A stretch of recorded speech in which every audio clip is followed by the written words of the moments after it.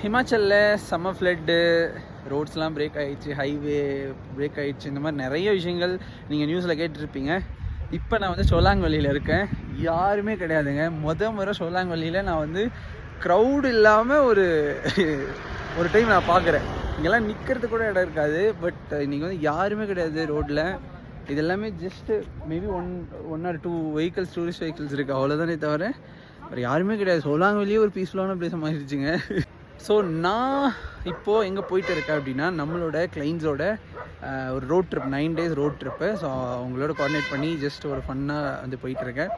இந்த ரோட் ட்ரிப்பில் வந்து they are going to explore a lot of things. இன்றைக்கி வந்து day 2. So we are going to Jispa. ஜிஸ்பான்றது வந்து மணாலியிலேருந்து Solang valley and then actually we are going to Suraj Tal lake அப்படின்னு சொல்லிட்டு ஒரு லேக் போகிறோம். ஜிஸ்பாவில் தான் we are going to stay. இந்த மாதிரி சோலாங் வேலி, அடல் டனல், சிசு, கெலாங் அண்ட் ஜிஸ்பா அண்ட் அந்த லேக் எல்லாத்தையுமே இந்த ட்ரிப்பில் வந்து they will cover in 2 days actually.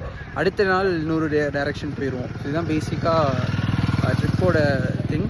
And Manali சேஃபான்னு கேட்டால் எனக்கே டிஃப்ரெண்ட்டாக இருக்குங்க. ஸோ மணாலி வரீங்க அப்படின்னா ப்ராப்பராக பிளான் பண்ணிவிட்டு வாங்க. நீங்கள் பேசக்கூடிய கைட்ஸ் கிட்ட ப்ராப்பராக கேளுங்க என்ன சுச்சுவேஷன்ஸ் ரொம்ப ஒஸ்ட்டாக இருக்குது. ஸோ பட் உங்களுக்கு பொறுமையாக இருந்ததுன்னா இந்த மாதிரி க்ரௌடு இல்லாமல் யூ கேன் எக்ஸ்ப்ளோர். இவங்களுக்கு அதுதான் பெரிய லக் ஆக்சுவலி இந்த கெஸ்ட்டுக்கு. they are going to explore without a crowd actually everything.